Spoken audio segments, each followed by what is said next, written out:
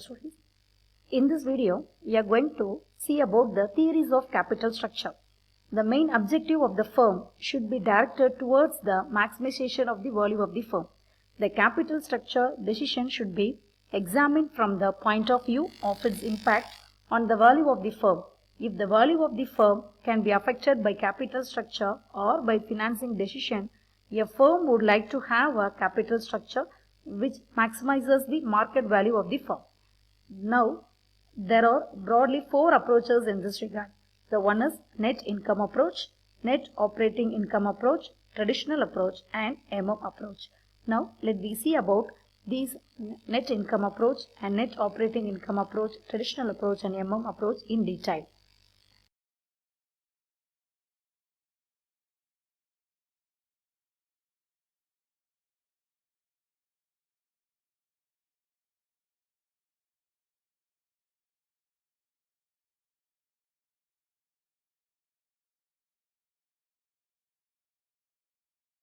See what is net income approach.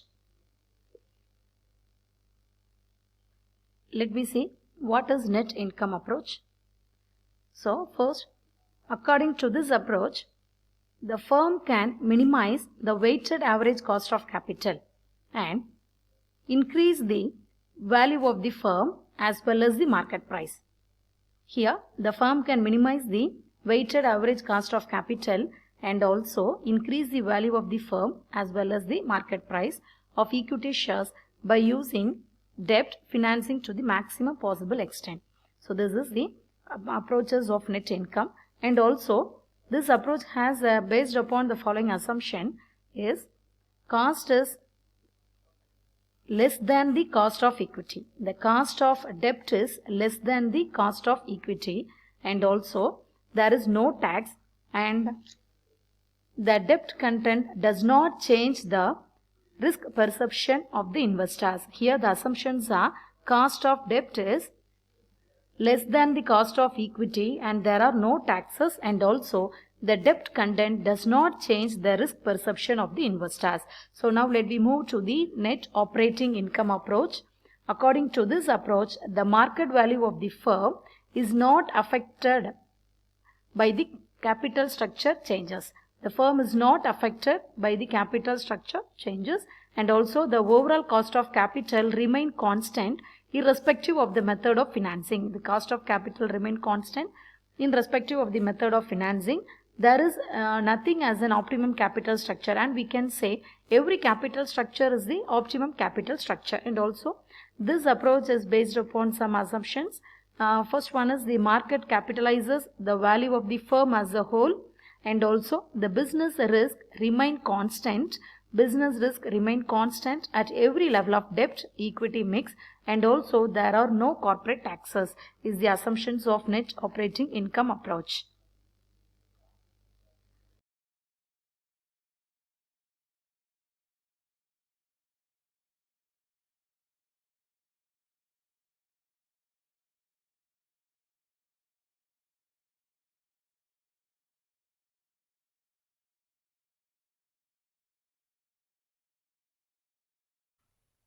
Let me see about Modigliani and Miller approach. It is also called as MM approach. So here, according to this approach, the value of the firm is independent of its capital structure and it is not affected. The average cost of capital does not change with the change in the debt also. So there is no changes in the average cost of capital and also in the capital structure of the firm. In addition, this approach has the assumption that there is no corporate tax and also there is no transaction cost. Also, we have to see that the capital structure is of a mixture of debt and equity, whatever the proportion it may be. Whether the debt is higher and the equity is lower, the proportion may be in vice versa also. Whatever it may be, it does not affect the value of the firm. Here, the value of a levered firm is of debt mix and the value of unlevered firm is of equity mix. So, If the values are differ and there is an increase or decrease in any of the firm's value, it can be compensated or it can be rectified by using the arbitrage process. So here we have to see what is arbitrage process. The term arbitrage refers to an act of buying an asset or security in one market, having lower price and selling it in another market at higher price. Now we are going to see about the formula for computing the value of the firm under various approaches, right? So the value of the firm under net income approach will be overall cost of capital. Overall cost of capital is equal to EBIT divided by V. So we know EBIT means earnings before interest and tax, and V is equal to value of the firm. So here the value of the firm V can be ascertained by adding the market value of equity plus market value of debt. Here S stands for market value of equity and B stands for market value of debt. So by this we can compute the overall cost of capital of the firm. Now the market value of equity can be ascertained in the following manner. How means S is equal to market value of equity. S means market value of equity and NI means earning available for equity shareholders, and K is equal to equity capitalization rate. What is the K is equal to equity capitalization rate. So the market value of equity can be ascertained by using this formula. S is equal to NI divided by KE. That NI means earning available for shareholders and K is equal to equity capitalization rate. So next we are going to see what will be the formula for computing the value of the firm under net operating income approach. It is V is equal to EBIT divided by KO. Here we know V is equal to value of the firm and KO is equal to overall cost of capital and EBIT means earnings before interest and tax. Here also the value of equity can be determined by the following equation. It is S is equal to V minus B. So here the S represents the value of equity and V represents the value of firm and B represents the value of debt. So here we need the equity capitalization rate. So the equity capitalization rate is equal to equity capitalization rate can be computed by EBIT minus interest divided by V minus B. Here the V denotes the value of the firm and B denotes the value of the debt. So EBIT, as usual, we know that earnings before interest and tax. The next one is approach. According to this approach, the value of the firm unlevered can be calculated by BU is equal to 1 minus T into EBT divided by KE. Here EBT means earnings before tax and T denotes tax rate and KE denotes equity capitalization rate. So here next also the value of levered firm can be calculated as VL is equal to VU plus BT. Here the VL means value of a levered firm and VU is value of unlevered firm and B is equal to amount of debt and T is equal to tax rate. By these formulas we can compute the approach.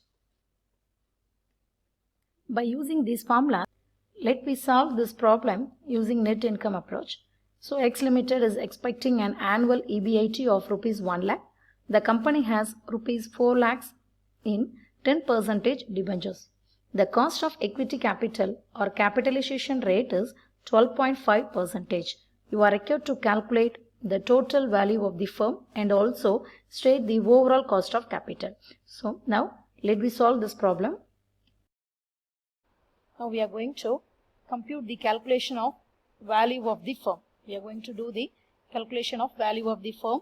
First, in the problem it was given that EBIT, it is earnings before interest and taxes 1 lakh. Earnings before interest and taxes 1 lakh less interest at 10% on 4 lakhs. It was given in the problem. It is 4 lakhs, interest at 10%. So 40,000 By deducting this, we will get earnings available to equity shareholders. We get earnings available to equity shareholders. It is 60,000. So now we have to calculate the earnings available to equity shareholders 60,000. After that, it was given in the problem that equity capitalization rate is 12.5%. Equity capitalization rate is 12.5%. So the formula for that is market value of equity share is NI divided by KE. NI divided by NI means earnings available to equity shareholders. NI denotes earnings available to equity shareholders and KE denotes equity capitalization rate. So here you see we get the earnings available to shareholders is 60,000 divided by 12.5%. So we put us into 100. So we get the answer is rupees 4,80,000. So here now let me see what will be the value of market value of debt.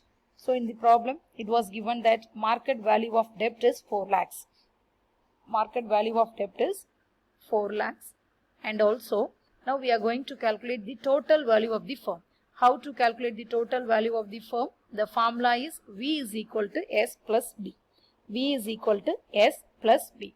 S denotes the market value of equity and B denotes the market value of debt. So see in the question it was given that 4,80,000 is equal to S and B denotes the 4 lakhs. So by adding these two, we will get 8,80,000.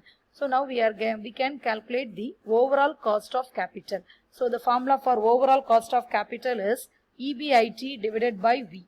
Overall cost of capital is EBIT divided by V. And we are having the value for EBIT and also we are having the value for V. By substituting these two, we will get the answer for overall cost of capital. It is 1 lakh divided by 8,80,000 into 100. It is 11.36%. So the overall cost of capital is calculated by the formula EBIT divided by V. So this is how we are going to calculate. We are going to solve a problem by using net operating income approach. The problem is a company expects a net operating income of rupees 1 lakh. It has rupees 5 lakhs and 6% of debentures. The overall capitalization rate is 10%. So we are going to calculate the value of the firm and the equity capital rate according to net operating income approach. Let me move to the problem. Let me calculate the value of the firm and cost of equity by using the net operating income approach. So how to calculate?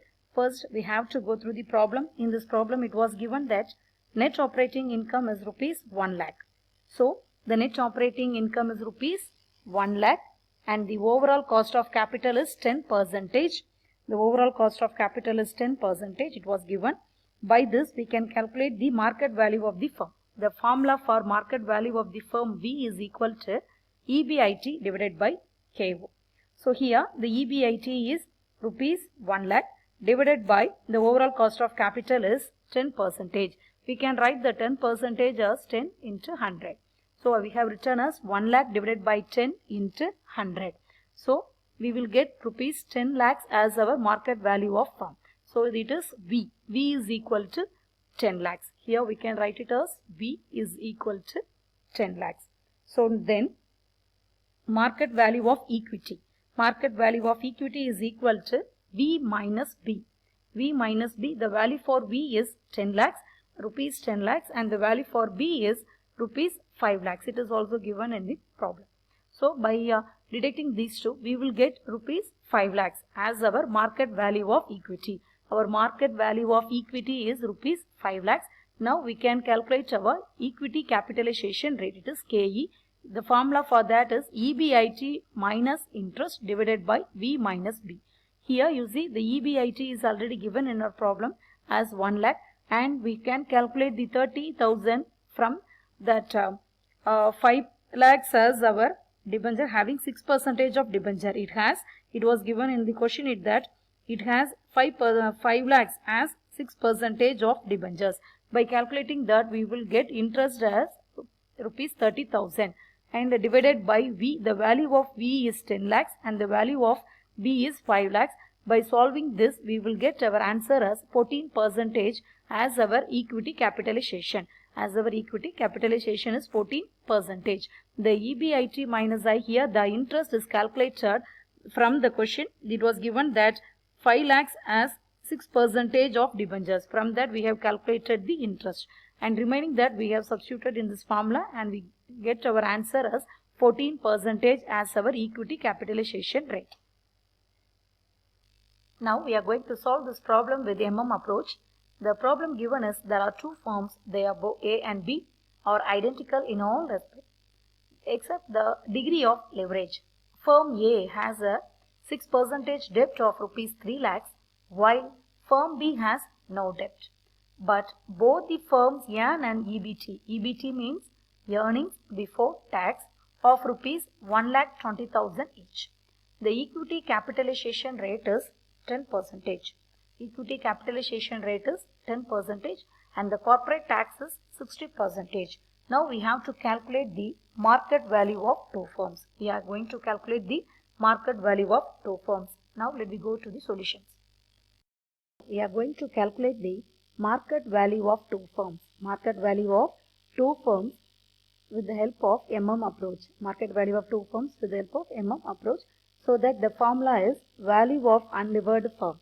Value of unlevered firm B is VU is equal to 1 minus T into EBT divided by KE. So here 1 minus T, T means tax, T means tax, EBT, EBT means earnings before tax. EBT means what? Earnings before tax. And KE represents equity capitalization rate. KE represents equity capitalization rate. So now here 1 minus T, tax is 60%. So we can write it as 60 divided by 100 as 0.6. So 1 minus 0.6 into EBT, it is 1,20,000. So I have written that 1,20,000 as it is divided by 10%. So the 10% I have written as it is. So in the next step, we are going to subtract the 1 minus 0.6 is 0.4 into 1,20,000 divided by 10%. That 10 divided by 100 I have written is that 10 by 10 into 100. So the value, by computing this, we will get the value as VU is equal to 4,80,000. So we have calculated the value of the one firm. Now we are going to calculate the value of the firm A. It is levered. What is the formula for that? The formula is VL is equal to VU plus BT. VU plus BT. Already we have calculated the value for VU.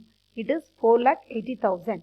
It is 4,80,000 and plus B. What is the B? The value is 3 lakhs into T. Tax is 0.6. We have calculated the value of the firm A. Levered is 6,60,000.